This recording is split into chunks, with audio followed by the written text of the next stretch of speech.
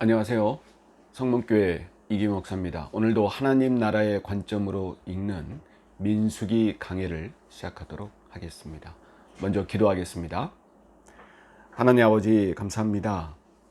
오늘도 말씀으로 인도하시고 말씀을 받게 하시며 말씀을 새기게 하셔서 말씀으로 승리하는 삶으로 살게 도와주옵소서.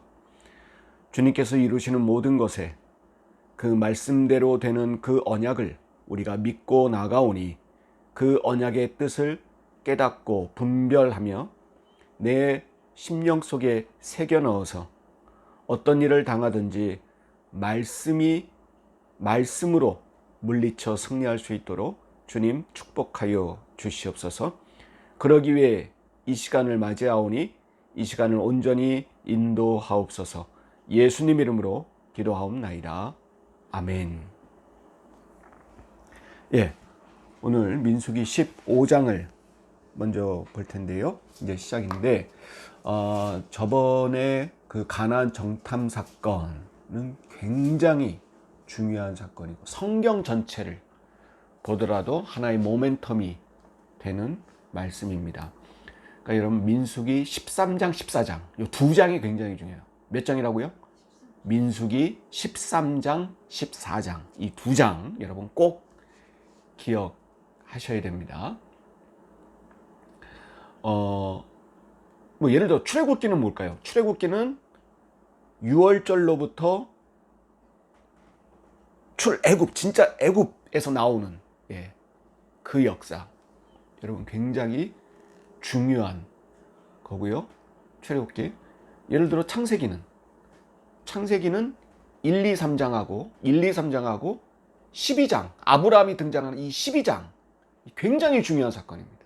하나의 모멘텀이 되는 천지창조, 창세기 1장, 이건 말할 것도 없고 1장과 1, 2, 3장, 이 원역사라 그러는데 이것하고 그 다음에 창세기 12장, 아브라함이 등장하는 이제 믿음의 사람이 시작되는 겁니다. 굉장히 중요한 거고, 출애굽은 6월절로부터 출애굽 나오는 거. 레위기는 어딜까요? 레위기 19장. 너희는 거룩하라. 굉장히 중요한 그러한 장입니다. 레위기 19장. 민수기는 이 13장, 14장. 굉장히 중요합니다. 그래서 여러분, 왜 가나안 정탐 사건에 여러분 왜 실패했을까요? 여러분 딱 한마디로 요약하면 뭘까요? 순종이냐 불순종입니까? 이스라엘 순종했어요? 불순종했어요? 불순종했어요. 왜 불순종했습니까? 믿음이 있는 거예요? 없는 거예요? 믿음이 없는 거예요. 믿음 없음이에요. 요 네 글자. 믿음 없음. 믿음이 없어서 불순종했고 그 결과가 심판이라는 사실. 이건 오늘날까지도 유효한 하나의 성경의 개념입니다. 그 믿음 없음이 표현되는 거, 나타나는 거, 그걸 여러분 시간별로 보면, 시간의 개념으로 보면 세 가지입니다. 과거, 현재, 미래로 보면, 자, 과거의 시간 속에 믿음 없음이 나타나는 것은 한탄입니다. 한탄. 과거에 흘러왔던 시간들 속에 예를 들어 내 부모는 왜 이렇게 물려준 게 없어? 나는 왜 이런 나라에 태어났어? 내 몸은 왜 이런 식으로 태어났어? 왜 나는 머리가 나쁠까? 여러분, 뭐예요? 모세가 하나님한테 나는 어디가 둔한 자이다. 입이. 이런 게 과거의 시간 속에서의 믿음 없음이에요. 한탄으로 나옵니다. 우리나라 사람들이 잘 얘기하는 거, 내 팔자야. 이런 게 다 하나님을 무시하는 믿음 없음이에요. 두 번째, 현재의 시간 속에 믿음 없음이 나타나는 모습은 뭐냐? 원망입니다. 원망. 이스라엘 백성들이 좀 계속하는 거, 원망. 뭡니까? 아이고 일이 이렇게 됐네. 원망하는 거예요.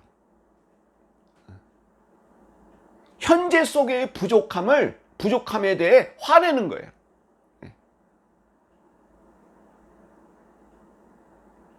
바로 이게 하나님의 심판의 요소가 되는 거죠.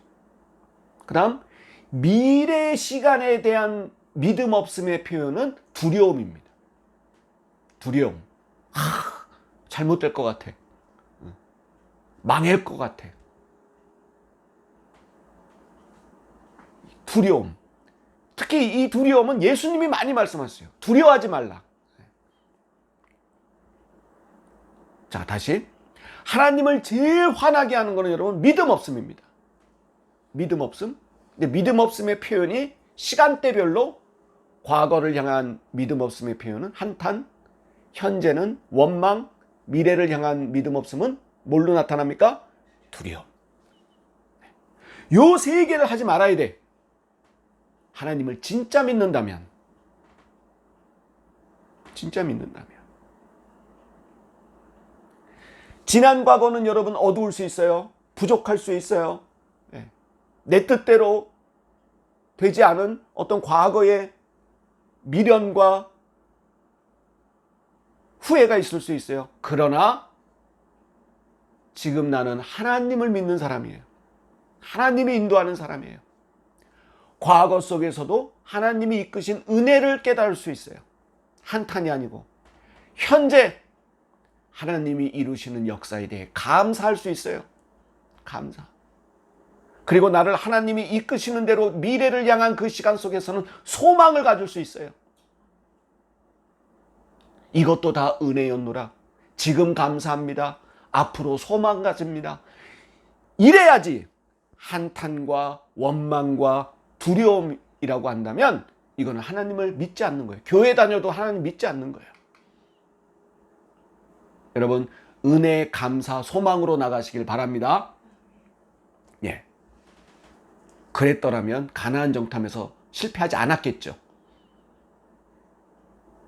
자, 그래서 이제 15장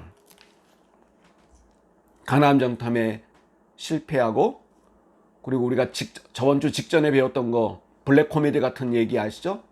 뒷북치는 거. 괜히 올라가서 가나안 들어가겠다고 날뛰던 사람들 다 죽었습니다. 제가 마지막에 중요한 거기 때문에 다시 한번, 여러분, 행동할 때와 회개할 때가 따로 있다.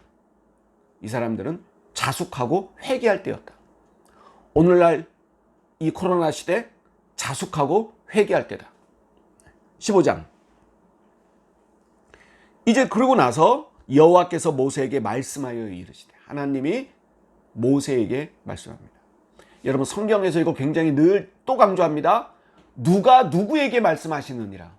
여호와가 모세에게, 혹은 모세가 여호와께, 여호와가 백성에게. 이거 굉장히 중요한 거예요. 이걸 구별하면서 그 다음 이야기를 봐야 돼요. 여호와께서 모세에게 말씀한 겁니다. 2절. 이스라엘 자손에게 말하여 그들에게 이르라. 너희는 내가 주어 살게 할 땅에 들어가서. 자, 여러분, 1세대는 못 들어가고 40년 동안 방황할 것이다, 이렇게 심판하셨어요. 그런데 하나님이 그 다음 15장에 와서 너희는 내가 주어 살게 할 땅에 들어간다는 사실은 확실하게 다시 한번 말씀하십니다. 시간이 걸릴지라도 들어간다는 겁니다. 그럼 들어가서 3절. 여호와께 화제나 번제나 서원을 갚는 제사나 낙헌제나 정한 절기제에 소나 양을 여호와께 향기롭게 드릴 때에. 자, 뜬금없이 또 제사에 관한 이야기가 나와요. 제사에 관한 이야기. 왜 그럴까요? 왜 그럴까? 여러분, 성경을 보면, 특히 이 모세오경을 보면요, 공통된 패턴이 있습니다. 뭐냐면 출애굽기 이후부터는 하나의 스토리, 특별히 부정적 스토리, 심판당한 스토리 다음에는 꼭 율법이 나와요. 혹은 창세기 때는 족보가 나와요. 하나의 이야기가 단락이 끝나면. 그게 뭘 의미할까요? 여러분, 율법은 뭡니까? 죄를 씻기 위한 제도예요. 그죠? 제도, 제사 제도, 뭐 이런 삶의 윤리적인 제도. 즉, 너희가 이런 걸 좀 잘못했어. 다시 리셋, 다시 원점으로 돌리려면, 다시 하나님과 화목해지려면 다시 말씀으로 돌아가라는 겁니다. 율법, 말씀으로.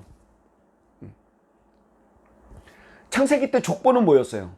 이렇게 잘못했지만 너희를 끊어내지 아니하고 하나님께서 너희의 대를 잇게 하셨다는 겁니다. 후손을 잇게 하셨다는 거예요. 이건 은혜를 나타내요. 하나님의 은혜는 끊이지 않았다. 출애굽 이후에는 뭡니까? 하나님께 잘못했으면 다시 말씀으로 돌아가서 새롭게 태어나라는 거죠. 그런 의미에서 이 율례를 다시 재정비해서 말씀하십니다. 자, 그래서 이 15장은 7가지 규례에 대해서 하나님 말씀하십니다. 여러분, 7은 무슨 수예요? 완전수입니다. 그러니까 너희가 가나안에 들어가서 완전하게 살려면 이런 율법, 이런 법을 다시 리마인드, 다시 되새기라는 겁니다. 자, 첫 번째 규례는 4절. 자, 3절은 이러한 제사를 지낼 때, 4절 그러한 헌물, 제사 지낼 때 뭘 드리잖아요.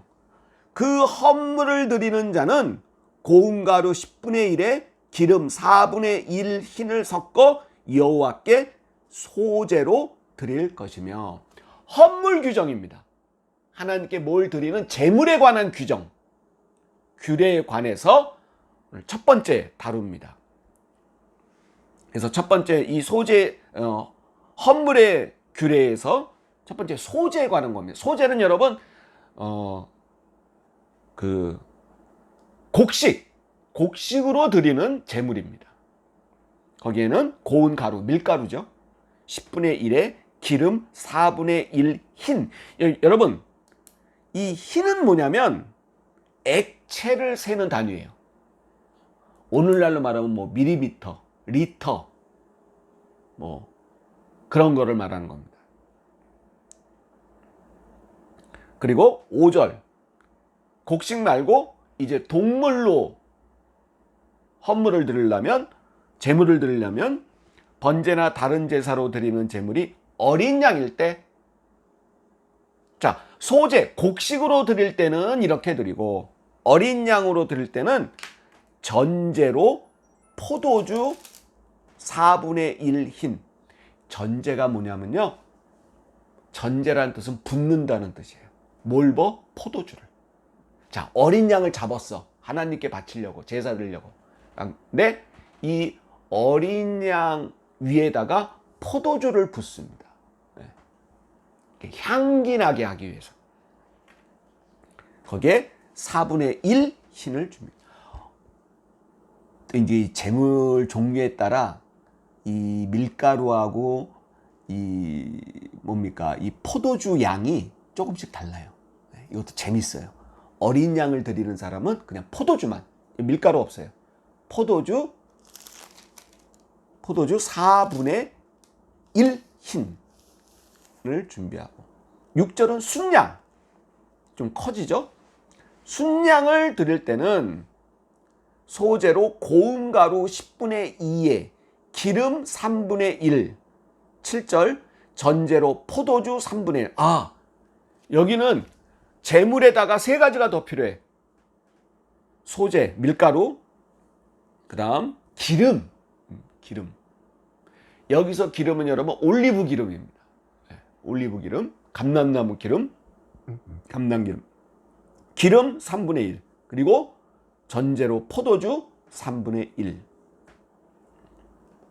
8절 번제로나 서원을 갚는 제사로나 화목제로 수송아지. 제일 큰 제물이에요. 드릴 때는 9절 고운 가루 10분의 3, 기름 반.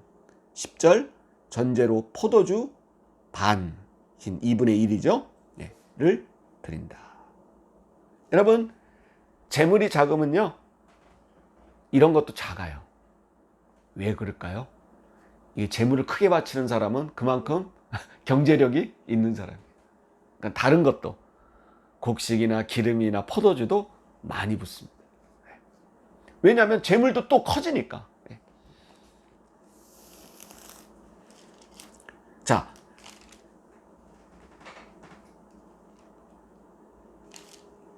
이런 거고요.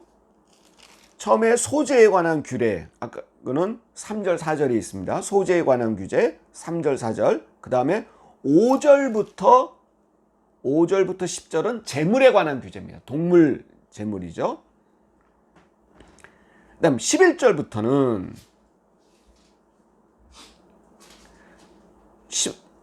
제가 읽어볼게요. 수송아지나 순양이나 어린 순양이나 어린 염소에는 그 마리 수마다 위와 같이 행하되 너희가 준비하는 수요를 따라 각기 수요에 맞게 하라. 13절 누구든지 본토 소생이 여호와께 향기로운 화제를 드릴 때에는 이 법대로 할 것이요. 자, 11절부터 16절은 이방인에 관한 규례입니다.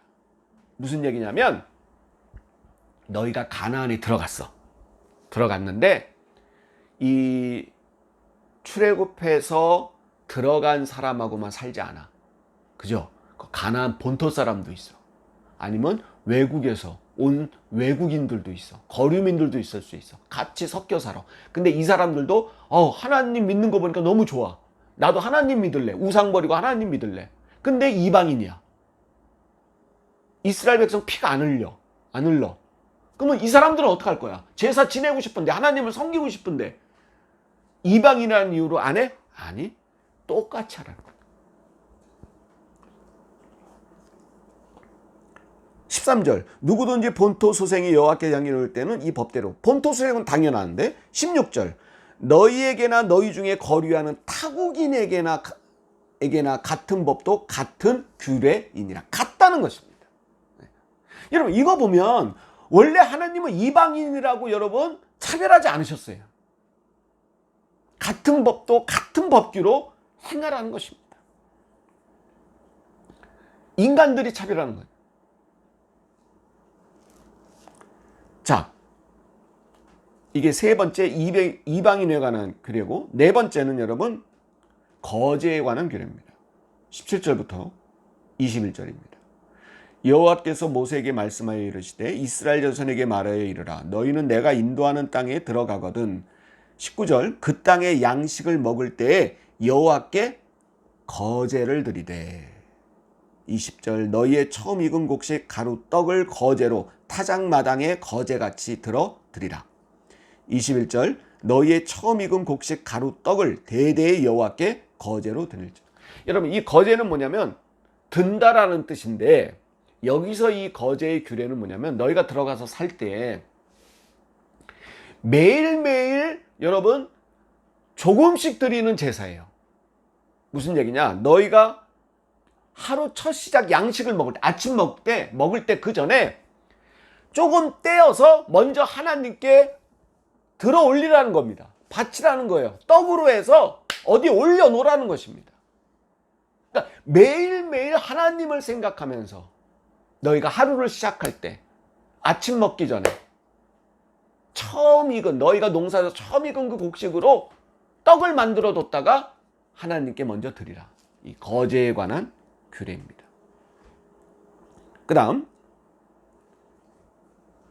22절에는 22절부터 29절까지는 두 가지 규례가 한꺼번에 나오는데, 하나는 이거는 범죄에 관한 규례입니다. 범죄인데 부득이하게 부지 중에 모르고 지은 죄에 관한 거예요. 근데 하나는 회중이 그렇게 지었을 때, 모르게 부지 중에, 그리고 개인이 그렇게 부지 중에 죄를 졌을 때, 이 두 가지 규례가 나오죠. 그래서 5번 6번입니다 24절 회중이 부지 중에 범죄였거든 온 회중은 뭘 바쳐야 돼요? 수송하지 한 마리. 커요. 네. 왜? 온 회중이 졌으니까 각출해가지고 하면 수송아지 한 마리는 바칠 수 있어요. 근데 27절에는 만일 한 사람이, 개인이에요, 한 사람이 부지 중에 범죄하면, 그때는 뭘 바쳐요? 1년 된 암염소. 좀 이제 작아지죠. 왜냐하면 개인이 부담해내는 거니까. 그 사람이 죄를 졌으니까. 그래서 이거는 개인이 부지 중에 지은 죄입니다. 30절은 일곱 번째, 고의로 지은 죄예요. 알고도 일부러 지은 죄입니다. 이런 죄는 뒤에 보세요. 30절, 본토인이든지 타국이든지 고의로 무엇을 범하면 누구나 여호와를 비방. 그 죄는 여러분 고의로 한 거는, 알고도 그런 거는 여호와를 비방한 거나 마찬가지입니다. 그 백성 중에 끊어진다. 생명이 끊어진다는 것입니다. 그래서 그 예로 32절, 이스라엘 자손이 광야에 거류할 때 안식일에 어떤 사람이 나무하는 것을 발견했대. 안식일에는 아무 일도 하면 안 돼요. 불도 피우면 안 돼요. 그러니까 나무를 할 필요가 없는 거예요. 이런 죄는 어떡합니까? 끌고 왔어. 하나님이 죽여라 합니다. 돌로 치라. 36절 보세요. 여호와께서 모세에게 이르시되 그 사람을 반드시 뭐 할지니? 죽일지니. 자, 그러면서 이 7가지 규례에 관해서, 자, 소재에 관한 규례, 곡식으로 바치는 거. 소재에 관한 규례. 두 번째, 동물, 제물을 바치는 규례. 어떤 양을, 어린 양 바칠 때는 어떻게, 뭘 바칠 때는 어떻게. 세 번째, 이방인 제사에 관한 규례. 똑같이 해라. 네 번째, 거제, 매일매일 양식을 조금씩 하나님께 바치는 거제에 관한 규례. 다섯 번째, 회중이 부지 중에 지은 죄. 여섯 번째, 개인이 부지 중에 지은 죄. 회중이 부지 중에 지을 때는 소, 그 다음에 개인이 할 때는 암염소, 염소. 마지막 일곱 번째, 고의로 지은 죄. 이거는 생명이 끊어진다. 이 7가지 규례에 대해서. 이거는 가나안에 들어간다는 걸 전제해서 가나안에서 행할 법도에 관한 그러한 하나님의 말씀을 하시는 겁니다. 이 얘기는 뭘까요, 여러분? 너희는 40년을 앞으로 방황할 거지만 늘 지금의 삶을 가나안에 들어갈 걸 염두에 두라는 겁니다. 적과 꿀이 흐르는 하나님의 땅에서 하나님의 자녀로 사는 것을 염두에 두고 지금을 살아라는 거예요. 이게 이 15장의 뜻입니다. 그래서 니네 이거를 잊지 말라고 옷 단에다가 술을 놓는다는 거예요. 술. 여러분 술 아시죠? 이 줄 같은 거를 여러 개를 해가지고 방울처럼 해가지고 옷 끝에다 다는 거예요.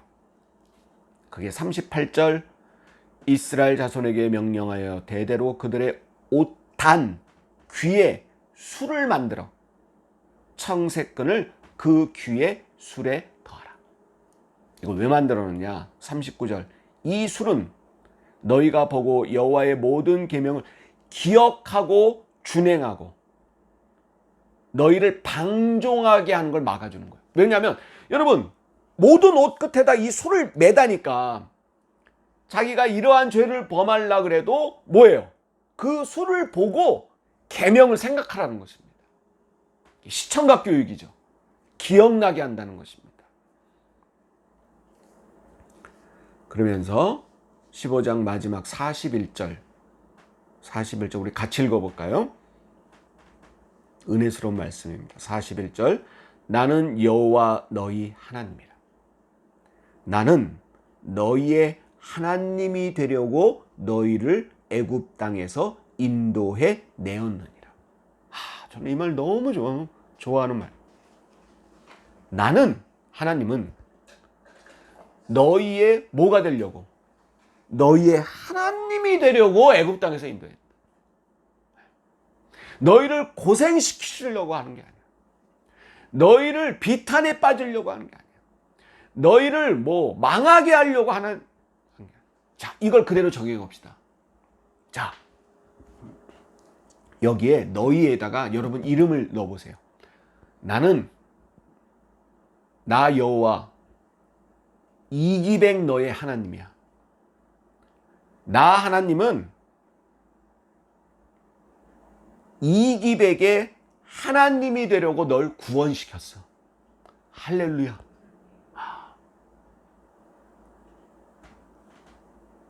널 고통 속에 있게 하려고, 널 망하게 하려고, 널 심판할 게 아니야. 그럴 때 현재 어려움은 은혜가 됩니다. 나의 하나님이 되신 여호와. 이걸 언제나 마음에 새기고 사십시오.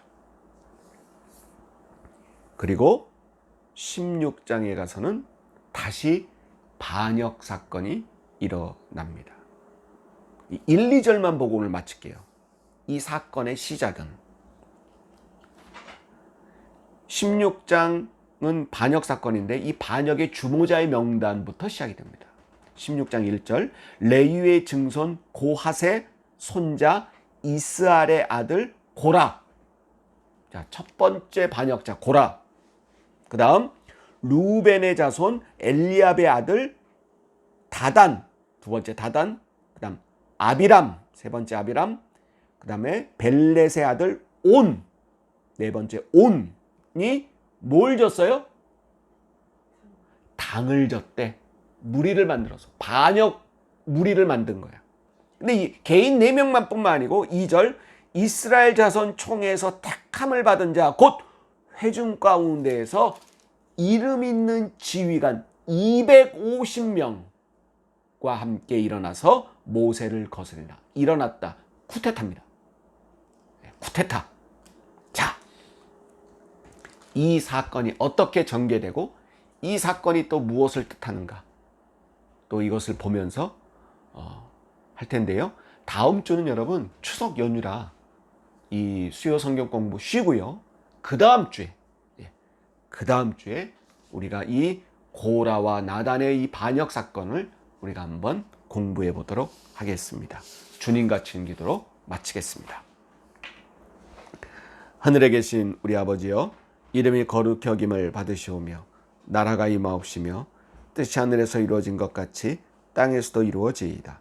오늘날 우리에게 일용할 양식을 주옵시고 우리가 우리에게 죄 지은 자를 사하여 준 것 같이 우리의 죄를 사하여 주옵시고 우리를 시험에 들게 하지 마옵시며 다만 악에서 구하옵소서. 대개 나라와 권세와 영광이 아버지께 영원히 있사옵나이다. 아멘. 감사합니다.